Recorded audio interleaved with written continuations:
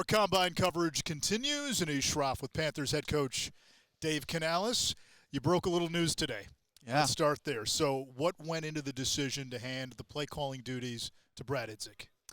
Really excited about this. As we looked at all of the things, my heart is always going to be what's best for the Panthers. How do we push our football forward? And from an offensive standpoint, Brad's been my primary architect designing things. We do this thing as a collaborative process, and we have, going back to Tampa and just a lot of the conversations we've had and where we're going and how we're growing. These are conversations that originate from what Brad and I kind of envisioned together. So I have full confidence in him being able to help us as this foundation has been set. Let's go take this thing. I want somebody who's completely engrossed in the offensive side of football, focusing on these things, and I want the carryover of the plan, the game plan, the implementation to carry over to the play calling on Sunday. That also, which I'm also excited about, allows me to have a greater impact on the entire team. First year, as you can imagine, all hands on deck. I'm like fully thrown into the offense. Let's get this thing going. Working with Bryce, working with Andy, trying to make sure we get this thing start off on the right foot. And this year I've had more of an opportunity to be a part of what we're doing for special teams, what we're doing on defense, and really just availing myself to those areas and really every area of our building that I can to bring that culture, to bring the things that we're growing, the excitement that's happening, a belief and an identity of how we do things here. I want to be able to be more available to everyone involved. Let's start with Brad. What was the telltale sign or signs for you that Brad was ready for this opportunity? Mastery of our systems, first and foremost. He knows the details. He knows the whys of all that we're doing and the intent of it. And then on top of that, it's just for 3 years now, since I've been a play caller, I'm talking to Brad. And what do you think here? He's 2 or 3 plays ahead of me. Those were experiences that I was able to have over the years, especially with a guy like Daryl Bevell, who we just hired. I was in a similar role for Daryl, and while Daryl was pretty autonomous, in between series, he needed information. Here's the information. Here's where we're getting this or that. Here's my recommendations. Although they were few and far between, that's how I prepared myself for that. That's how Brad has really served me over the last couple of years, is to be a play or two ahead. Help me if it's 3rd and 12. Help if it's 3rd and 2. I got it if it's 3rd and 3 to 6. Just make sure you have your eyes on these two. The next earn first past the 50, I want to go to this one. And he'll say, then all of a sudden it turns around as, hey, when you get to this spot, this is a great one. Okay. And so it's just that rapport. It's the experience and the sense that I know he's going to do well. What gives me the most confidence is he's the hardest working person in the building, and he cares, and he's connected to our players, and I know that he's going to do well. Was it hard for you? Absolutely. There's nothing more exciting than being on that 40-second clock and knowing you got to come up with something pretty quick for this specific situation. It's thrilling, and you come out of a game and obviously the thrill of victory and the agony of defeat kind of plays into it at times, but it's if I were to continue to do it, it would be for selfish reasons because I did enjoy that. I'm looking at the whole picture and understanding that we have an opportunity to push our processes forward from an offensive standpoint, and for me to be able to affect the whole thing. And I had to really just take a step back from that part of it to be able to make this decision. You brought up the name a few moments ago, Daryl Bevell. What's the significance? Why was he brought on staff? It seems this kind of all goes hand in hand. He uniquely has the perspective of where our system started and the things that we've evolved along the way. And now he's got a whole couple of years of exposure in the Miami Dolphins system and the way that Coach McDaniels, the former Miami Dolphins system, and the way Coach Mike McDaniels implemented their offense and how explosive they were and what mattered to them. I not necessarily want their plays. I want to know what mattered to this system because it's been so successful, and the coaches that are around the league have success, make yards, score points. I want him to be able to bring all that, and primarily I want him to be able to be in Brad's ear on game day as he goes into calling plays and to have someone that covers him the way that I've had coaches cover me in my past. Your quarterback, Bryce Young, now goes into his 3rd season in this system. What is the next step in his growth? Really just taking advantage of, let me start off with what he's doing great, what he's doing well.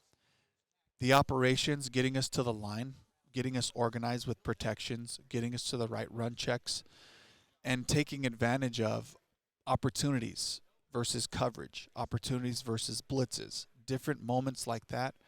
I want to continue to grow our system that way so that Bryce can affect the game at the line of scrimmage in different ways that make sense. And the more that we can own the core principles of it, and of course, we are also at the mercy of a young group coming together. Bryce understands that too. Let's master these things and let's make sure that we can take advantage of some stuff. But it's got to be within the scope of what we can execute well. My college football colleague Andre Ware played the position. He always says, the evolutionary leap for a QB is when you go from running plays to playing quarterback. Yep. From your vantage point, what does that look like when you kind of take that next step to playing the position versus running the play that's called? Yeah, it's doing the right thing. It's making the right football decision, and understanding that while the play caller has the starting point, the quarterback gets the ball last. Yeah. Make the right decision based on what's happening in the game, and that's what I see Bryce continuing to do in spots throughout different games. And I think the ball's going. It went over there. It's because they did this or that. Come over and how did you see that? And like those are the types of questions I like asking. Is where the quarterback can find where the bones are buried. And the feedback loop between you, him, and now you throw. It's been Brad, but there's more Brad now. What do you want that to look like ideally? Ideally speaking, on game day, I will not be making decisions on what gets called and the sequence that it gets called. I'll be able to give feedback in between series, but I want to be able to impact our players as they come on and off the field so that I can make sure that our play style and the identity and culture of what we're doing continues to grow, continues to crystallize as we play football. And I want Brad to be able to have those conversations with Daryl, with Will Harriger, with Mike Bercovici and that group, and of course tying in Goody and the run game, and for those guys to be able to take this and move it forward. And I'm excited about that.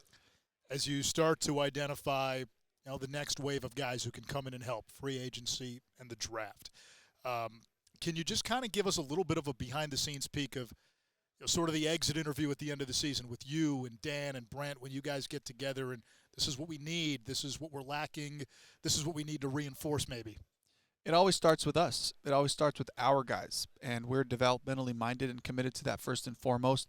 The best thing we could do isn't to add free agents and to draft players. The best thing we can do is to develop the players that are currently on our roster. What is their next step? And that's a full staff commitment. That's Dan's commitment. How do we make our players, how do we help our players take the next step? How do we get the players that we missed via injury healthy so that they can impact the team like they counted on?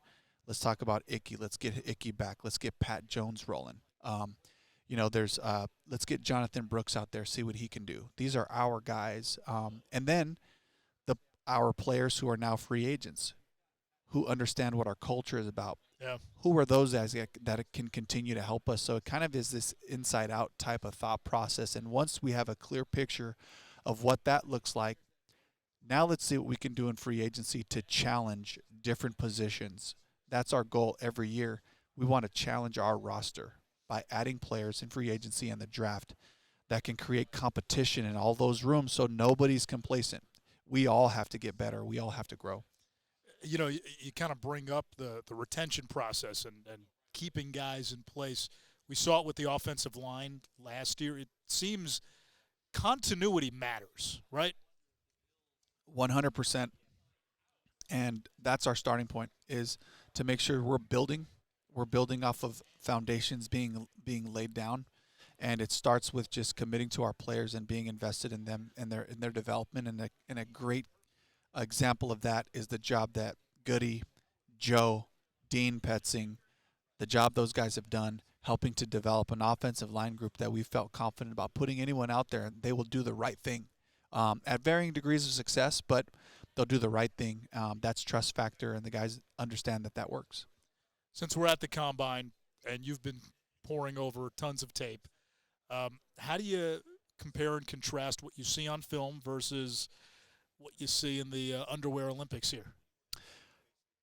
When we get into these personal interactions with the players, you start to learn about who they are, and we're looking for self-awareness. We're looking for guys who know their story and can tell it in a pretty tight fashion and give you the elevator version of their life story. And guys who have that ability, in my experiences, are the ones who have success because they know who they are, they know how they've gotten here. They usually will have a plan of how to get to the next step and then the next step. Those are the type of players you want to partner with. They're not all that way. They're not all buttoned up that way, but that's what we're looking for. And that's at the heart and soul of the character that we're looking for a culture Panthers fit. Football. Absolutely. And we saw that play out last year. I'll leave you with this, Dave. There were so many good things that came out of last season. How did you leave the 2025 season? Sick. Understanding. I thought you were Mr. Positivity. Oh, but we had an opportunity to win a game that we played ourselves into, and we did not seize the moment. We did not seize the opportunity, and I take that personal, and I understand how hard it is to get to that point, how hard it is to win a division, however you win the division. It takes a lot of work starting now and putting our heads together to make sure that we're improving in the right way. But in a lot of ways, while I keep talking about foundation and building, it just starts over. There's no guarantees that you're going to just win more games next year. You have to get right back at it, and it starts with this, personnel evaluation of our guys, the draft and the and free agency, and then we got to pour into our concepts and challenge all of our players. You cannot be the same. Nothing ever stays the same. Can we take the next step altogether? My 9th grade science teacher used to have a sign in her room: adapt, migrate, or perish. That's it, right? You got to adapt. That's right. Dave Canales, Panthers head coach. Thanks, Dave. Great to see you, Anish.